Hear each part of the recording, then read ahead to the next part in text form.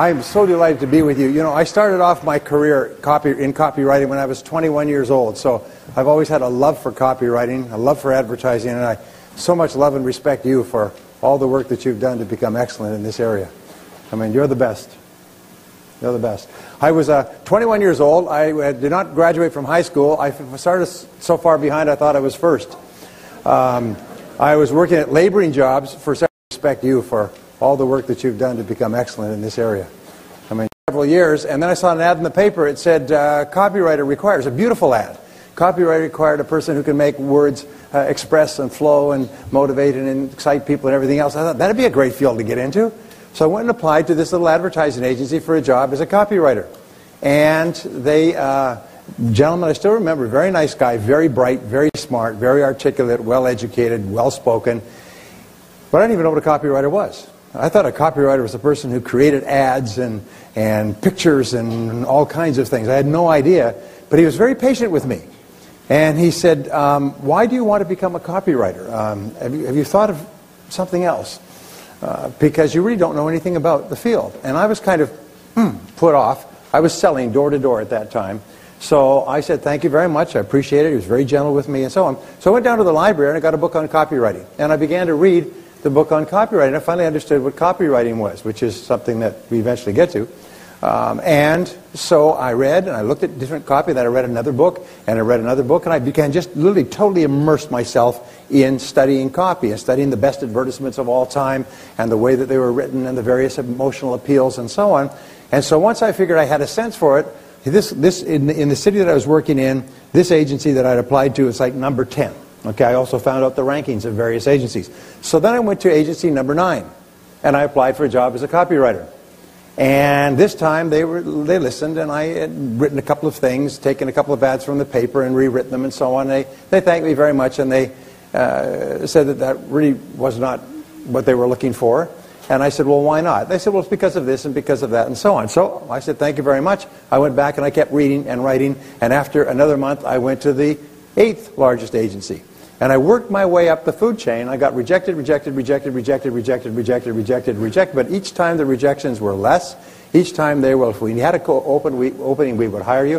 Finally, I got to the 2nd largest agency in the country, and they hired me as a junior copywriter. Because by that time I was ready. And the day before, the person who had the job was quitting. And so the day before I was ready to start as a copywriter with this major agency, I got a call saying, we're sorry, the other person decided to stay. And so we have to cancel your job offer. But we've spoken to the head of the largest agency in the country and told them about how impressed we are with you, and they just happened to have an opening, so I was hired by the largest agency in the country as a junior copywriter. Yeah. And I pass that story on not just for myself, but I pass it on because there's a lot of persistence required in this business. I just spoke to a gentleman, I was in Taipei last week, and I spoke to a gentleman named Terry Chang. And they brought him over to meet with me for half an hour, a big mucky muck from out of the country. Terry Chang is an entrepreneurial phenomenon. He's the Jeff Bezos, if you know of Amazon.com, of Taiwan. And 11 years ago, he went back to Taiwan after getting a degree in the U.S. to start a business, and he decided to start what he calls Books.com, which is the equivalent of Amazon.com in the Chinese book language, of which there are many thousands of books. And he had to start off, he said there were 6,000 publishers. He had to get them to give him the rights to sell their books. And they were all very proprietary. They didn't want to allow their books out of their control because they wouldn't make the same amount of profit. Well, he had to knock on doors and knock on doors and knock on doors. He had to go from one to another, year after year after year. He had to beg, borrow, steal. He had to sell off, hypothecate every single part of his business. He said he kept working and working and working. It took him 7 years before he finally got most of the major book publishers to allow him to carry his books. He said it took him 6 years of calling on the number 3 publisher before they finally said yes. They said no for 6 years. It was only in the 7th year they gave him the right to carry the books. After that, the others all got on board. He's now the 3rd largest bookseller in Taiwan, probably the 3rd largest bookseller in the Chinese language. Within a year, he'll be number 2. Within 3 years, he'll be number 1. He's been in the business 11 years now, hammering away. So sometimes people, surprisingly enough, will say no to you.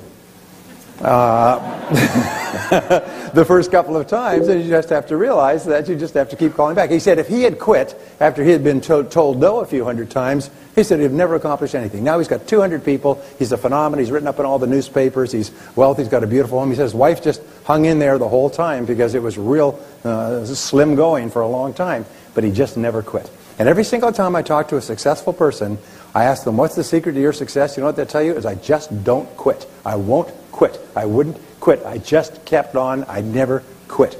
So I pass that on to you. If you want to boil down success to just one thing, it's not intelligence or education or great grades or wonderful things. It's just never quitting. So today I want to talk to you about pumping up your profits. And I know Denise has told me and Michael has told me that you're some of the smartest people in America. Is that true? So you can take a lot of good ideas in a short period of time. And what I'd like to do is I'd like to sort of be your profit pumping up buffet for today. So I'm going to give you a lot of ideas, and some will be relevant to you, and some will be not as relevant, but there will be a buffet. And you can pick whichever ones you think will help you to put on your plate to increase your profits. Because I believe that everybody here should be earning twice as much as they're earning today. As Joe said earlier, everybody here has the one concern: you don't ever want to have to worry about money again. Isn't that true? And the way that you don't worry about money is you have lots of it. See, I mean, in case you were wondering how you got to that, you have lots of it. And nobody worries about having too much. It's not a problem. It's having too little that is the problem. So I'll give you some ideas and your goal is to double your income. Just say, I want to double my income. I spoke to someone. Where are you? Christina, are you here? Are you here? Spoke to her. Yeah, there she is. Spoke to her at breakfast today, and when she started using my material, one of the concepts she told me, she came across this idea, is the amount you earn on the outside is largely determined by the way you think on the inside. So if you want to increase your income on the outside, increase the way you think about your income on the inside. So she did, and she doubled her income and doubled it again and doubled it again. She just kept raising her mental bar on the inside. And what happens is, like Joe will talk about the law of attraction, the secret is that you'll start to attract into your life people, opportunities, and ideas like today that will help you to achieve that financial goal. So whatever your best income has been up to now, set a goal to earn twice as much. Now, the rule in metaphysics, the rule in spirituality is be clear about your goal, but be flexible about the way of achieving it. Be flexible about the path that you follow. Be prepared to try lots of different paths. But be clear about your goal. Your goal is to double your income. Once you've doubled your income, then what's your goal? Double it again, of course. But you know, it's doubling your income the second time is much easier than doubling it the first time, and I'll tell you why. It's because now you know how.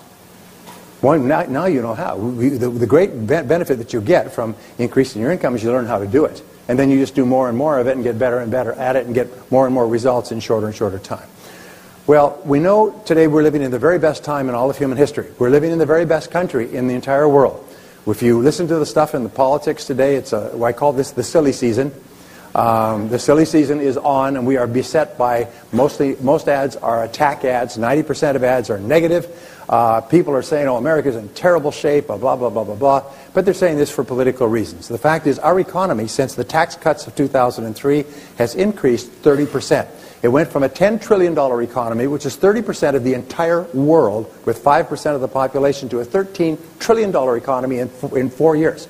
That is phenomenal. No one has ever seen growth like this in all of human history. The stock market is at the highest level it's ever been. Something like 20 million new people have entered the stock market, have entered the work market in the last 6 years, and we have a problem with 12 million illegals because we cannot find enough people to take all the jobs that are available. The level of home ownership is over 70%, the highest in any country in the history of man on earth. We have the highest standards of living ever dreamed of. We have more opportunities and possibilities than have ever been dreamed of before, and you are right here in the midst of this.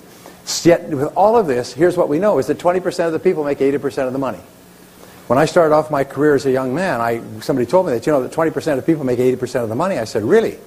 He said, yes, that's a fact. And of course, it's the Pareto principle and so on. So I decided I want to be a member of the 20%. And I still remember that. I was about 23 years old. I say, well, if you can go down this road to the bottom 80% or that road to the top 20%, I think I'd like to be in the top 20%. So the next question I ask is, how do you get into the top 20%? And fortunately, Joe has written about this, and Herschel has written about this, and Michael Masterson has written about this. The answers have all been found. If you want to get into the top 20%, there's a very simple rule. Are you ready? Just do what people who are in the top 20% are doing. And do it over and over again until you get there as well. If I said to you, if you want to get from here to Miami Beach, a very simple way is just follow the same roads that anybody else would follow to get from here to Miami Beach. Because jillions of people have already done it. The dumbest thing in the world is to try to make it up yourself. So that's what I will share with you. Now, there's an article in Fortune magazine that says the top 5% of Americans control 50% of American wealth. Actually, we used to say that 80% of the money in America is controlled by women. And they know how to get their hands on the other 20% in a pinch. Which turns out to be a true statement. But because women live much longer than men. It's very simple. And they automatically inherit what the men leave. So they wait long enough, they'll end up getting it all. Anyway, that's a separate subject. So here's the interesting discovery, is that everybody starts off at the bottom. I used to feel sorry for myself because I started off with nothing. I had no money. I lived in my car. Like Joe, I was homeless for a while. I lived in my car. I worked at laboring jobs. I slept on the ground. I never missed a meal, but I did postpone quite a few of them indefinitely. And once I lost 30 pounds just through careful eating. Or non-eating. Anyway, and I used to feel sorry for myself because I started off with nothing, and then I realized everybody starts off with nothing. Everybody starts off with little or nothing. And if anybody starts off with something, they blow it completely, as quickly as they can, get back to nothing. As a matter of fact, in America, whenever you make any money, the first thing people do, turn off your phone, is to blow it, is we get rid of the money. So Napoleon Hill, you know, there's a new book by Andrew Carnegie. Napoleon Hill was commissioned by Andrew Carnegie to interview 500 of the richest men in America, all self-made, all started with nothing within one generation. And so he spent 22 years interviewing these people, and he came up with 3 conclusions. Number one is they all had certain qualities and skills in common, especially skills with regard to their fields in common. Number 2 is no one started with these skills. Many of them were penniless immigrants. Many of them came from farms and poor families. No one started with any of these skills. And number 3, all the skills are learnable. Of course, you know that because of the American Writers and Artists Guild. You know that all skills are learnable. But this was an incredible breakthrough to me, is you can learn anything you need to learn to achieve any success that you want to achieve. And if hundreds of thousands and millions of people have already done it, then you can do it as well. And 80% of all self-made millionaires in America start off selling personal services. Did you know that? They start off selling their own services. They start off with nothing. They have no assets. So they sell their own services, and they get better and better at selling their services, and they increase their value more and more. They increase their income, and then they do intelligent things with the money. They don't blow it. You know. Remember, I saw this bumper sticker recently. It said, "Dear God, please send us one more boom. This time I promise not to piss it all away." You know, well, anybody knows what I'm talking about there. Anyway, so I began studying business and financial success, and I found a very interesting discovery is that businesses succeed for a specific reason, and they fail for a specific reason as well. So here's a question for you. How many people here work on straight commission? How many people here work on in sales or work on straight commission? Now that's a kind of a trick question, because the answer is we all work on straight commission. We're all in sales, and we all work on commission. We all work on getting a piece of the value that we create. The number one rule for becoming wealthy or financially successful in America or anywhere else is add value. Add value, create value, add value. And when we create and we add value, we get a piece for ourselves. And the more value we create, the bigger is the piece that we get. When Joe talks about earning $450,000 in one commercial, he's created value. People gave him money because he created value for them, and they gave it to him voluntarily, and they gave it to him gladly because of the value he created. So always remember, we are all on commission. We are all in sales. From the time you take your first job to the time you retire, you're the president of your own company, and you're in sales. You're the president of an entrepreneurial company with one employee, yourself, and you have one product to sell into a competitive market. What is it? Yourself, your own time. That's basically what everybody starts off with. Don't feel sorry for yourself. The only question is not where you are, but as we say, it doesn't matter where you're coming from. All that really matters is where you're going. So, and where you're going is limited only by your own imagination. So here's the second question. What's the highest paid work in America? Well, the highest paid work in America is thinking. And the wonderful thing is that you are knowledge workers. You are knowledge workers. So you're at the front of the line. Is that the highest paid work in America is thinking, because of what? And it's because of one of my favorite words, and you need to think of this word for the rest of your career. The word is the word consequences. Is you can always tell the value of something by the consequences of doing it or not doing it. Now, you know this because you have invested an enormous amount of time and effort to develop your skills in copy, in advertising, internet marketing, and so on, you realize you're one of the 5%, the elite, that realizes the way that you improve your future is by getting more knowledge and skill in the present, investing the time and the hours and the money to learn the things, because the consequences of learning these critical skills and then getting better and better at them can be extraordinary. They can make all the difference between you having a wonderful life, living in a beautiful home, having money in the bank, retiring with a happy retirement for the rest of your life, or worrying about money all your life. So consequences are important. So thinking is the most highest paid skill of all. And the quality of your thinking determines the quality of your life. If you want to improve the quality of your life, you improve the quality of your thinking. Well, Calvin Coolidge once made this famous statement, which you've heard of. He said, the business of America is business. Is what we do in business is, what we do in America is we do business. And with regard to the geopolitical ramifications of this, every single administration from Washington all the way through to today has been focused on creating a world that is good for American business. Because a world that is good for American business creates opportunities and possibilities for the American people. And creating a world that is safe for American business, creating oil lines so we can have oil from wherever we have to have it, trading relationships, free trade agreements have all been aimed at improving the climate for American business. And when people say, oh, America's in the Middle East for oil, I'll tell you what, if we didn't have the oil that we are dependent on from the Middle East, what would happen to our economy? It would stop tomorrow. The economy would literally stop tomorrow. So we can be really happy that some of the smartest people in the world are doing everything possible to keep the shipping lanes open. So don't ever complain about that. People say we should put windfall taxes on the oil companies. Really? What if the oil companies stop producing oil? Do you know what you have to do to get a gallon of gas to your tank?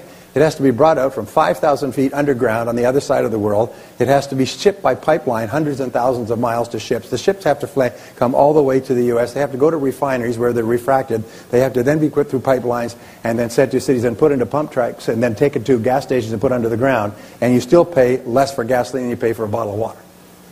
Can you imagine that? It's a good question. You always have to ask the question, if the oil companies didn't do it, who would do it? And the answer is, thank God they're doing it. When you think about that, they have to invest billions and billions and billions of dollars so you can fill up your tank for less than you pay for a bottle of water. Isn't that interesting? I don't want to get into economics, but you know what the problem with politics is? It's the word politics. It comes from the Greek. Poly means many, and tix means voracious bloodsuckers. He said, the purpose of a business, he said, is not to make a profit, it is to create and keep a customer. Profit is the result of creating and keeping a customer in a cost-effective way. That's yours and my job, is to create and keep customers in a cost-effective way. Create and keep clients in a cost-effective way. Now, there's only 7 ways that we can increase our profitability. And I want to give these to you briefly, and then I'll come back to them and we'll talk about them. Number 1 is you can increase the number of leads. You can increase the number of leads. In other words, the people who may be prospects for your services. By the way, what is the difference between marketing and selling? I know you're all experts in this, so I'm sorry to ask you such a dumb question, but what is the difference between marketing and selling? Right. The answer is that marketing generates leads. In other words, it tells people that the product or service is available and makes people interested in finding out more, and selling converts the leads into customers. That's the major difference. It's really important to understand that. The purpose of marketing is to make selling unnecessary, or as unnecessary as possible. Really good marketing will bring people in waving the money, ready to buy, tear the product or service out of the vendor's hands. But that doesn't happen that often. So number 1, the way you can increase your profits is increase the number of leads, because there's a rule that says the quantity of leads determines the quality of leads. In other words, the more leads you have, the more likely it is that you have leads that will convert. The second of all is lead conversion, is to convert those leads. In other words, to have a specific method or process of selling that takes a person who is interested in using your services and takes them to the point where they buy your services. And I'll give you some ideas on that in a little while. Now, the third way to increase your profits is to increase the number of sales. Increase the number of clients that you have.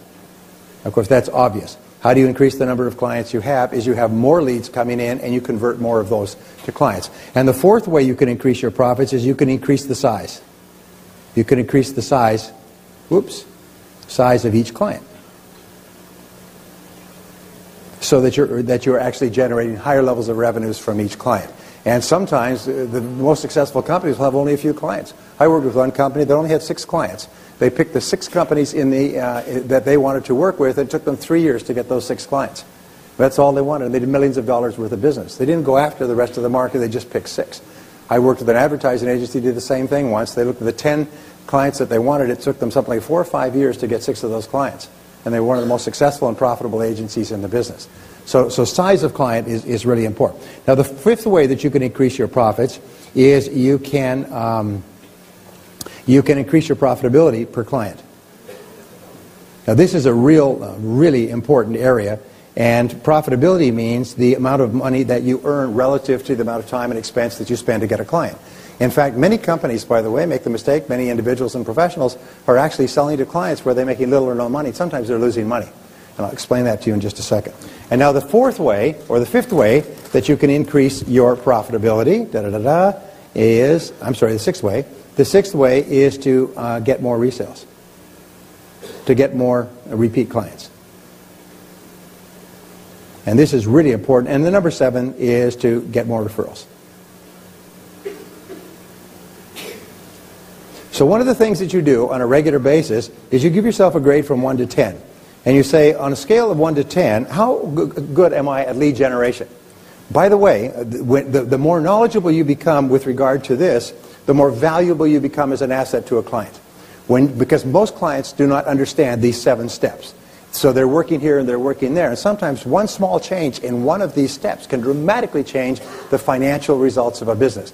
One small change in the way you do this can dramatically affect your financial results as well. So on a scale of 1 to 10, how good are you at generating leads? And remember, your weakest key skill in business sets the height of your success in that area. Your weakest key skill sets the height. It's the ceiling. So you could be very good at lots of things. You could be fabulous at writing copy, as I'm sure most of you are. But if you're poor at generating leads, then you sit at home watching a lot of television. Does anybody know what I'm talking about here? Hello? So it's really important. So you could say, all right, but here's the wonderful thing about skills. All skills are what? All business skills are what? They're learnable, so that you can learn how to do it. That's one of the reasons we come here, is because if you're weak in a particular skill, there's people in this room and outside this room who are experts in that skill. They will show you ways to generate leads. I was doing about $1,200 a month on my internet business about 7 years ago when I decided to get serious about my internet business. And I began to study the internet. I began to study writing, copywriting, product offerings, free things, and so on and so forth. And I just read the stuff. It was all there. I mean, people are eager to share ideas on the internet, as Joe was earlier. Today, last month, we did $110,000 in sales on the internet, which is about $1.3 million a year. Now, that may not be impressive to Amazon.com, but it ain't bad. It ain't bad. Pays the bills. There's enough money in my internet business now. I could stop working, just operate my internet business out of my backyard. I mean, my back room. But my point is this: is that what I did is just learn, and all the stuff is learnable. All the skills are learnable. So you can learn how to generate leads. All right? Lead conversion is really important. That's the business of sales. The rule is that nothing takes place until somebody sells something to someone. And I'll talk about this a little bit later, because the better you can get at converting leads, the more money that you'll make and the more opportunity you'll have to work doing what you do well and what you like to do. The third area is to increase the number of clients, which of course is a function of numbers 1 and 2. Number 4 is to increase the size of each client. Sometimes when a client uses you, they will use you for a nickel, but they will have $1 worth of business for you. And what they'll do is they will give you a nickel to see how well you perform with that nickel. And sometimes it's worth your while to break your back, really working hard to make that client successful, to do the extra work, to go the extra mile. Because if you really satisfy this client, the client will give you much more work to do. And that leads us to increase the profitability of a client. The more time you invest in a client, the more you understand a client, the less time it takes you to understand how to write advertising. I've spent 8, 10, 15, 20 hours studying a client's business before writing advertising. But once you have mastered the essence of the business, you can write better and better copy and advertising with it. And the others, we say here, to get more repeat clients, which comes from the function of the others, and to get more referrals. And I'll talk about this a little bit later, because this is one of the most important things we do. So give yourself a grade on a scale of 1 to 10, how well you're doing, and wherever you're the weakest, that's what is determining your income today. But the good news is that all these skills are learnable. You can learn the skills you need to learn to achieve any goal that you want within your business. Many people think that all you can do is all you can do. Is that if you don't know, if you can't do it, it means that you don't have a flair for it. People say, "Oh, I'm not very good at prospecting, or I'm not very good at selling, or I'm not very good at using the telephone, or I'm not very good at making presentations." Well, get over it. These are learnable skills. Can anybody here, by the way, drive a car? Ride a bicycle? Use a keyboard? Operate a cell phone? If you could do something like this, which is a very high level of complexity, every one of those skills, you can learn any business skill. You can learn any business skill. So don't allow yourself to be held back because you're weak in a single business skill. It's a learnable skill. You're not very good at speaking? Well, you'll learn how. Every single person who is good at speaking today was one time terrified of it. They couldn't lead silent prayer in a phone booth, as they say. Now, there's a company in San Francisco called Maricon and Associates, and they did a write-up on them in Fortune magazine a few years ago, and they called them the Maricon Men. Take off on the movie. And what they do is they go into a company and they analyze the company, do a profit analysis of a company. And I want to give you this as a tool for you to think of. Remember, the more tools you have, the better that you can think with regard to your business. And what they do is they come out, and I designed this because from reading the article. But what they found is that every company has a series of products, services, activities, advertising, marketing, sales methods that are profitable and unprofitable. The first thing they do is they go into a multi-division company that has lots of products. And most products in multi-division companies, they lump together administrative expenses, overhead expenses, staff expenses, utility expenses, and so on. What they do is they go and they tease out and they work out the exact profitability of every product that the company sells. They took the exact sales volume, all the returns. They look the exact costs of advertising, costs of promotion, costs of production, cost of manufacturing, cost of shipping, cost of defects, cost of everything, to work out exactly the profitability of each product, or in your case, each service, or each client. And then they organize them on a scale. And they say, this is your number one, this is your number two, and there's always a scale, by the way, for whatever you do. If you do a series of things, there's a profitability that is attached to each one. And there's always a, for number one, there's always a number two. There's always number one and number two. With regard to you and I, it's the number of hours that we have to put in to generate a certain amount of net revenue. The number of hours of travel, the number of hours of work, the number of hours of investment, and so on to generate a certain amount of net revenue. And then this is the profit. Then they find that a lot of the products that multi-divisional companies have are losing money. And so what they'll do is they'll show every single product of the company along a scale like this. And then they'll, by the way, when they do this presentation, they hand out barf bags to the senior executives because some of them throw up because they're finding they're putting all of their money. They've got this great product over here that sells like in huge quantities, and they're losing money every single time. And they can't understand why they're losing money. By the way, think of the words Ford, General Motors, Chrysler. That's where they are here. They're selling products where they're losing money. They're doing tens of billions of dollars worth of business and losing more money than you could even dream of ever even seeing in your lifetime. Imagine losing billions and billions of dollars a year on tens of billions of dollars in sales. What's going on? The answer is the costs of producing those products relative to what they actually end up with at the end of the day is so much lower. So one of the things you need to do, and by the way, this is very important as a tool if you want to be an advisor to your clients, is to help them understand what are their most profitable products. The worst use of time is for them to have you writing copy and doing advertising to sell more of a product that they're not making any money on. And many companies are not even aware of that until you help them to understand it. Whenever I show this to business people, it changes all their processes. They stop, they bring in their accountants and their controllers, they start to do call it forensic accounting. They go back and they look at every single product, and they're astonished to find that that product, which has been sells like Old Man River, is what's maintaining this whole company, and they don't even pay attention to it. Whereas this product that they're spending all their time advertising and promoting is they're losing money every single time they sell one. So therefore, ask yourself, what are your most profitable services? What are the things that you do that are most profitable? What are your most profitable clients? What are your most profitable ways of marketing? Where do you get the highest level of response rate when you advertise, when you sell, when you visit, when you call on people, and so on? And then organize them like this. Now, if you go into a company like Ford, What happened with Ford is finally somebody stepped in with this, and you know what they did? They shut down 29 plants and laid off 74,000 people. Do you know what they did? They just canceled these. They said, we can no longer, these plants where are manufacturing products where we're losing money are dragging down the entire business. The business will drown if we don't get rid of these plants. And that's what General Motors is doing. Every large company eventually has to do this. They have to stop producing products and services where they're losing money. So in terms of profits, remember that net profit is the name of the game. That's what Baron de Rothschild said many years ago. Always focus on net profit. Not gross income, but the amount of money that you have left at the end of the day. What is your net profit? So really important. Okay. There are 4 keys, 4 thinking tools. Remember, you are knowledge workers, and the better you think, the better decisions you make. There's basically 4 keys to marketing strategy, and they've never changed.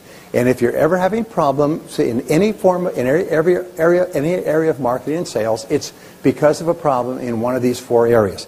And these are things that you think about. And by the way, these are things that you use to help your clients, because most clients have backed into their businesses and don't know these concepts. These concepts are very simple, but I've been astonished. I speak to Fortune 500 companies and they don't know about these concepts. Or, in many cases, they've stopped thinking about them. So number 1 is specialization. And specialization is the starting point of strategic marketing. Specialization means that you specialize rather than generalize.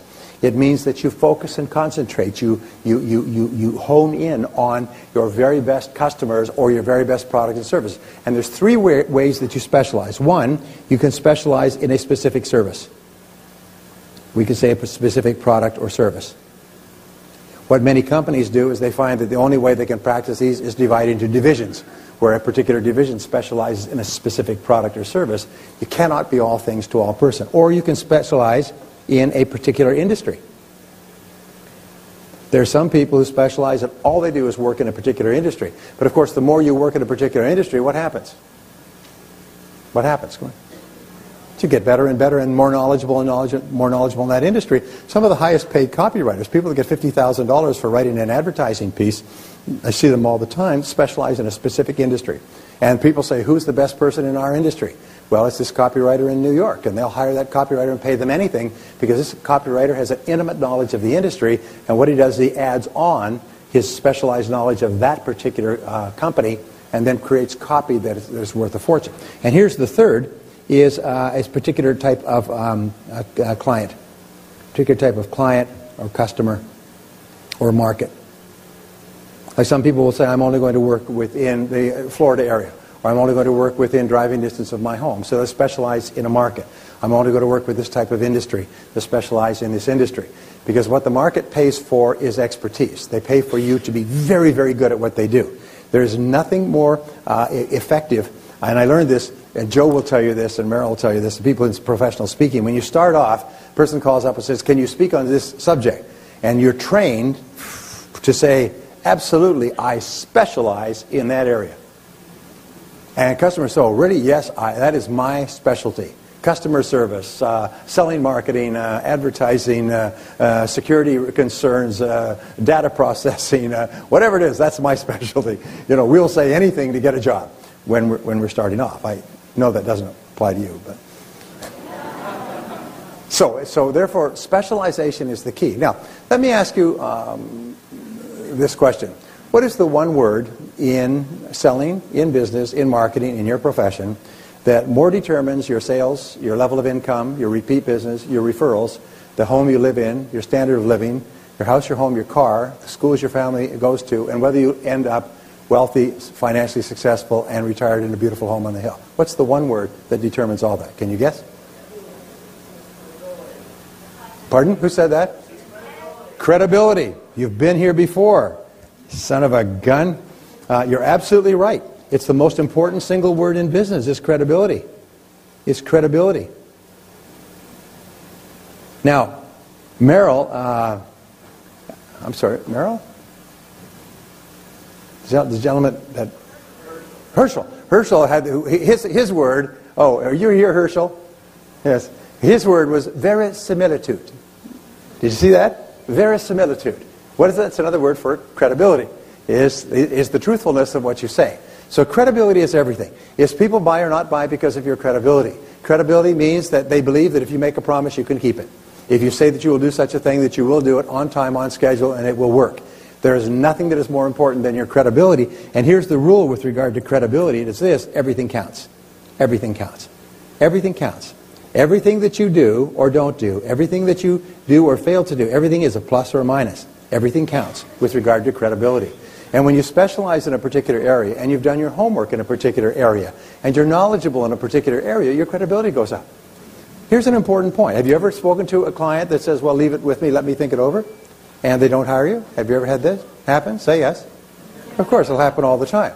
Now, when you meet a prospect for the first time in business, because of what Herschel was saying, what Joe has said, other people have said, is the client's level of fear is very high. Has anybody here ever made a buying mistake? Of course. You've put out good money and you did not get what you were promised. You did not get the product or service, or it didn't work, or you found it better or cheaper somewhere else, or you couldn't get it serviced, and you were disappointed and you wished you'd never done it at all. Have you had that experience? Say yes.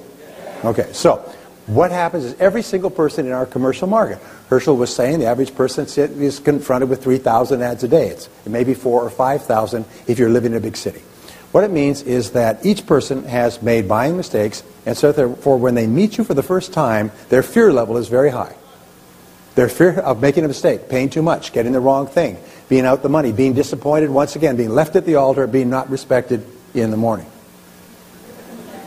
And your credibility is very low. So everything that you do from the moment of the first contact with that, and we'll talk about this a little bit later, the first contact affects this balance. It changes the balance one way or another. It either raises your credibility or lowers it. Now, as your credibility goes up, the fear goes down. As your credibility gets higher and higher, the fear gets lower and lower. And until it finally reaches the point where your credibility is so high, the person books you and pays you exactly what you asked for and is happy with your services. And everything counts. Every single customer contact, everything you do or don't do, every bit of preparation that you put in before you see a client. One of the things I tell my sales audience is I said, before you ever call on a corporate client, go to their website, download the whole website and read it from cover to cover and take notes. When you sit down with a client, you better know everything there is to know about that client that's publicly available. If you don't, then what you're doing is you're trying to con the client. And you know, clients are very smart. You know how long it takes a client to know that you're not prepared? You know how long it takes? Within 30 seconds of their meeting, they know that you've done your homework or not. They know it instantly, and your credibility has either gone up or it's gone down. So one of the things I say to people, if you're going to call on a client who can use your services, go to the website, because every single client worthy of your services has a website. And what do people put on the front of their website? They put their best information. Their front page is their bragging page. Is this who we are, and this is what we do, and this is what we represent, and everything else. And when you walk in and say, boy, I'm impressed. I didn't realize you guys have been in business for 27 years. You have 233 people in 13 offices, and you're the #1 vendor of this product or service in this market area. Then, geez, where did you find that out? I said, I went to your website. You went to my website. Yes, it's a great website. I was really fascinated. And, of course, you went to the University of Wisconsin, and you're married to a woman named Susan, and you've got 2 kids, and one of your kids plays soccer. Where did you get that? It's in your bio in the website. I mean, it's when you walk in prepared, people, wow, what happens to your credibility? It goes straight through the roof. It's how soon can you start? How soon can you start? Are you with me so far?